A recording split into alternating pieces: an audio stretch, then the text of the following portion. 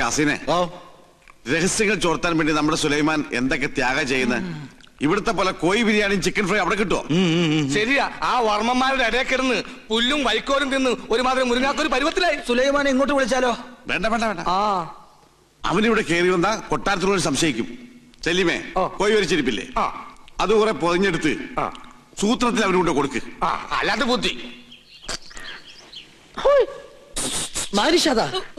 എന്താ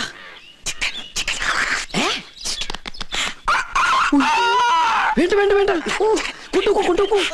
എന്ത് കയ്യിലെന്തിനാ ഇത് തന്നെ?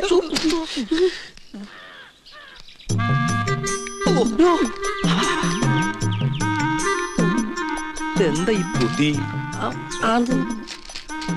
ഈശ്വര, കോഴി മുറുക്കാനാ. മുറുക്കാൻ ആരും എന്നെ തെറ്റിദ്ധരിക്കരുത്. മുറുക്കാൻ എന്നാ നമുക്ക് അങ്ങോട്ട് മുറുക്കലൊക്കെ പിന്നെ ഇങ്ങോട്ട് വരിക. കാര്യസ്ഥനായരെ അസലായി നിക്ക. ഊണ് കഴിഞ്ഞിട്ട് ഒന്ന് മുറുക്കണോന്ന് നിരീക്ഷിച്ചിരിക്കുകയായിരുന്നു. ഇയാളും തുടങ്ങിയോ ദുശീലം? തുടങ്ങി 2 മിനിറ്റ് മുമ്പ് തുടങ്ങി. നിക്ക, അങ്ങ് തരിക. തരില്ല. ഇങ്ങ് തരിക. പറ്റില്ല. ഇങ്ങ് തരിക. എന്നാ ശരിയാവില്ലെന്ന്. ഒരു നമ്പൂരി ചോദിച്ചാൽ നായര് കൊടുത്തിരിക്കണം, പ്രത്യേകിച്ച് മുറുക്കാൻ. ഇത് ഞാൻ തരില്ല. ഇങ്ങ് തരിക.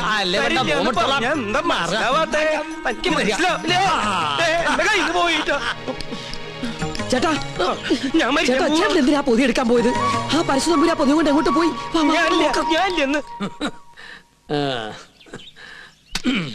ചവയ്ക്കാൻ കൂടണോ? പിന്നെന്താ കൂടാലോ. ഒരു രസാണ് ഊണ് കഴിഞ്ഞിട്ട് ഒന്ന് ചവയ്ക്കണത്. എന്താ ഇത്? ശിവ എന്തായി കാണണേ? പരിശുദ്ധമ്പൂരി മാംസം ഭക്ഷിക്കുക. നമ്മുടെ കോഴിയല്ല, അയ്യോ പുണ്യർമ്മം നടക്കുന്ന കൊട്ടാരത്തിനകത്ത് വെച്ചിട്ട് പൂജാരി കോഴിയെ ഭക്ഷിക്കാന്ന് വെച്ചാൽ അസംബന്ധം പറയണോ? ഒന്നും പറയണ്ട. കുറ്റം ചെയ്തിട്ട് അന്യന്റെ തലയിൽ കെട്ടിവെക്കുന്നോ? മാറ്റാണ്ട, ഇയാളെ പിടിച്ച് പുറത്താക്ക്. തമ്പുരാനെ പട്ടീന്ന് വിളിക്കാൻ ശ്രമിക്കാ.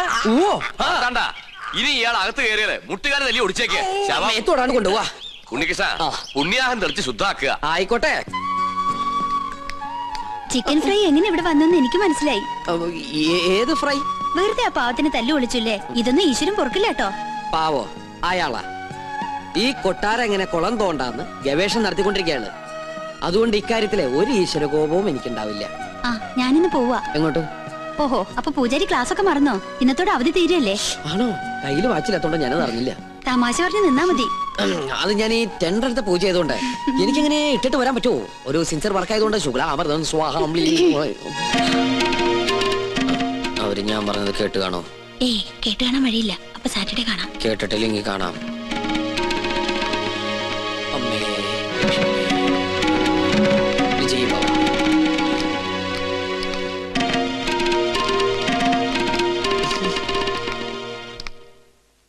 എന്താ ഉണ്ണികൃഷ്ണനായിട്ട് സംസാരിച്ചത്? ഏയ് ഒന്നുമില്ല. ഗോപികയെ കുറിച്ച് പറയായിരുന്നു. എന്നെ കുറിച്ചോ? എന്തു പറഞ്ഞു? പൂജയ്ക്ക് ഫലം ഉണ്ടാകുമെന്നും ഗോപിക തമ്പുരാട്ടിക്ക് ഇഷ്ടപ്പെടുന്ന രാജകുമാരനെ ഉടനെ കണ്ടെത്താൻ കഴിയുന്നു. ഉണ്ണികൃഷ്ണൻ പറഞ്ഞത് നേരാ. എനിക്ക് അപ്പൊ പൂജയ്ക്ക് ഫലം ഉണ്ടായെന്ന് പറയണേ? ആരാ രാജകുമാരൻ? ഏത് കൊട്ടാരത്തിലെയാ? അതൊന്നും നീ പറയണ്ട. പിന്നെ നീ വിഷമിക്കണ്ട. എന്റെ വിവാഹം കഴിഞ്ഞാലുടൻ നിന്നെ ആരെങ്കിലും ഏൽപ്പിക്കുന്ന അച്ഛൻ പറഞ്ഞത്. അങ്ങനെ ആരെങ്കിലും കേട്ടാനൊന്നും എന്നെ കിട്ടില്ല. അതെന്താ? നീ ആരെങ്കിലും കണ്ടുവച്ചിട്ടുണ്ടോ? പക്ഷെ ഒരു ചിന്ന പ്രോബ്ലം. കക്ഷി മറ്റൊരു ജാതിയാ. എന്താ ലക്ഷ്മി നീ പറയണേ? ഹരിതാത്തൊന്നും ചിന്തിക്കാനേ പാടില്ല കേട്ടോ. അവസാനം മാളവിക തമ്പുരാട്ടിയുടെ അനുഭവമായിരിക്കും ഉണ്ടാവുക. അവർക്കെന്താ സംഭവിച്ചേ? സുഖമായിട്ട് ജീവിക്കുന്നവര്. പിന്നെ തമ്പ്രാക്കന്മാരുടെ വൈരാഗ്യം അതൊന്നും കാര്യാക്കല്ലെന്നേ. ഞാൻ കണ്ടുവച്ചിട്ടുള്ള ആള് ശുദ്ധ ബ്രാഹ്മണ. അല്ലാതെ നിന്നെ പോലെ പരദേശം നോക്കി പോയില്ല ഞാൻ. ആദ്യം മുത്തശ്ശനോട് വിവരം പറയും. എല്ലാവർക്കും സമ്മതമാണെങ്കിൽ പ്രൊസീഡ് ചെയ്യും.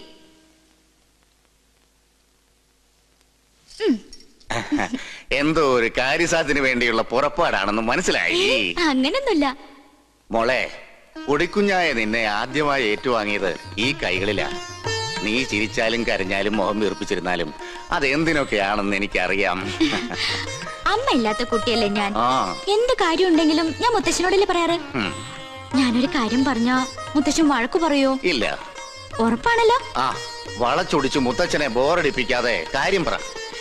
എന്റെ വിവാഹം തടസ്സങ്ങളൊന്നും കൂടാതെ നടക്കാനല്ലേ മുത്തശ്ശ ഈ യാഗവും പൂജയൊക്കെ? അത് നിനക്കറിയാവുന്നല്ലേ. പൂജയുടെ ഫലസിദ്ധി കൊണ്ടോ ദൈവനിശ്ചയം കൊണ്ടോ എന്തോ എനിക്കൊരാളെ ഇഷ്ടമായി. ആദ്യമായിട്ട് മുത്തശ്ശനോടാ പറയണേ. ഞാൻ ഇഷ്ടപ്പെട്ട ആളോട് പോലും ഇക്കാര്യം പറഞ്ഞിട്ടില്ല. കാരണം പഴയ ചരിത്രം ഇനി ഈ കൊട്ടാരത്തിൽ ആവർത്തിക്കരുത്. ഇവിടുത്തെ ഒരു പെൺകുട്ടി പ്രേമിച്ചിനെ ഒളിച്ചോടൊന്നും കരുതണ്ട. ഈ ഗോപികയ്ക്കൊരു മംഗല്യം ഉണ്ടെങ്കിൽ അത് മുത്തശ്ശന്റെ അനുഗ്രഹത്തോടും ആശീർവാദത്തോടും കൂടി മാത്രമായിരിക്കും. ആളെ ഇതുവരെ മോള് പറഞ്ഞില്ല. ഉണ്ണികൃഷ്ണൻ നമ്പൂതിരി. പഴയ ചരിത്രം ആവർത്തിക്കാനുള്ള ഉദ്ദേശമെങ്കിൽ ഒന്നുകളയും ഞാൻ അവളെ. എന്റെ കുട്ടി അവനെ പ്രേമിച്ച് ഒളിച്ചോടിയൊന്നുമില്ലല്ലോ. തന്റെ മനസ്സ് രക്ഷിതാക്കളെ അറിയിച്ചെന്നല്ലേ ഉള്ളൂ. അതൊരു വലിയ കാര്യം തന്നെ. അവളുടെ താല്പര്യത്തിൽ അസ്വാഭാവികമായിട്ടൊന്നുമില്ല. തെരഞ്ഞെടുപ്പിൽ പാളിച്ചയുമില്ല. എന്തായാലും ക്ഷത്രിയർക്ക് മുന്നിലാ ബ്രാഹ്മണരുടെ സ്ഥാനം. ഉണ്ണികൃഷ്ണന്റെ അച്ഛൻ ബ്രഹ്മദത്തിന് ഈ കൊട്ടാരവുമായി പൂർവ്വബന്ധങ്ങളുണ്ട്. പിന്നെ പണത്തിന്റെ കുറവ് അത് തറവാടിത്തം കൊണ്ട് മറികടക്കും. അല്ല, രണ്ടുപേരും ഒന്നും പറഞ്ഞില്ല. യാഗത്തിന്റെ ഫലം നേരത്തെ കിട്ടിയെന്ന് വിചാരിക്ക.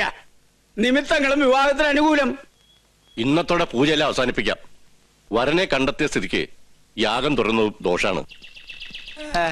താൻ എവിടെ പോയി കിടക്കായിരുന്നു? ഞാൻ കോർപ്പറേഷൻ ഓഫീസിൽ പോയി ചെയർമാനെ കണ്ടില്ല. ചെയർമാന്റെ വീട്ടിൽ പോയി ചെയർമാനെ കണ്ടില്ല. എനിക്ക് ആകെ ഒരു ടെൻഷനാ. ചെയർമാനെ കണ്ടില്ല. ചെയർമാനൊക്കെ അവിടെ ഇരിക്കട്ടെ. അവിടെ ഇരിക്കട്ടെ. എടോ, പൂജ ചെയ്യാനെത്തിയ ഉണ്ണികൃഷ്ണൻ. അത് ഉണ്ണികൃഷ്ണൻ തന്നെ അല്ലാന്ന് നിങ്ങളെ ആരോ? താൻ എന്തൊക്കെയാ പറയുന്നേ? എടോ, ഉണ്ണികൃഷ്ണനെ കുറിച്ച് തന്റെ അഭിപ്രായം എന്താണെന്ന് ചോദിച്ചേ. മാർത്താണ്ട ഡീസൽ അടിച്ചില്ലേ? ഡീസൽ അടിച്ചു. ചോദിച്ചത് കേട്ടില്ലേ? ഡീസൽ അടിച്ചു. എടോ, ഉണ്ണികൃഷ്ണനെ കുറിച്ച് തന്റെ അഭിപ്രായം എന്താ ചോദിച്ചേ. നല്ല അഭിപ്രായം അല്ലേ?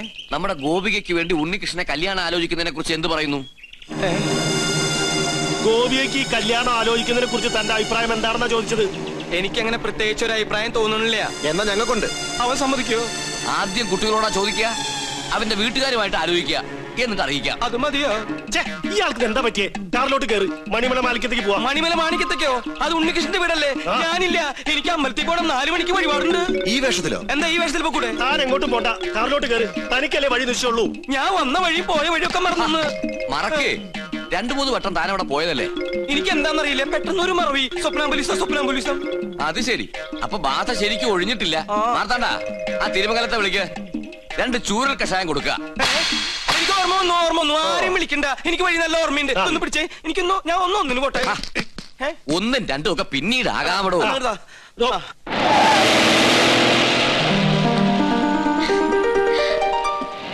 ഉണ്ണീഷ്ണ, പോയിട്ട് വരാം. ഇയാളെന്താ കഥകളി കാണിച്ചോണ്ട് പോകുന്നു? നീയാക്ക് ശരിക്കും ബാധ കൂടിയോ?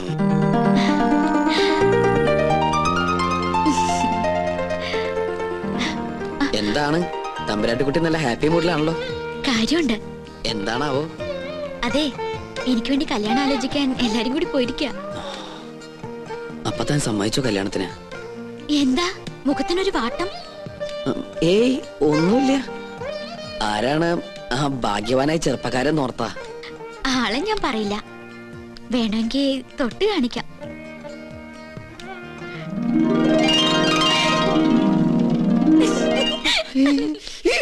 അയ്യോ, അപ്പൊ അവരാ ഉണ്ണികൃഷ്ണന്റെ വീട്ടിലേക്കല്ലേ പോയത്?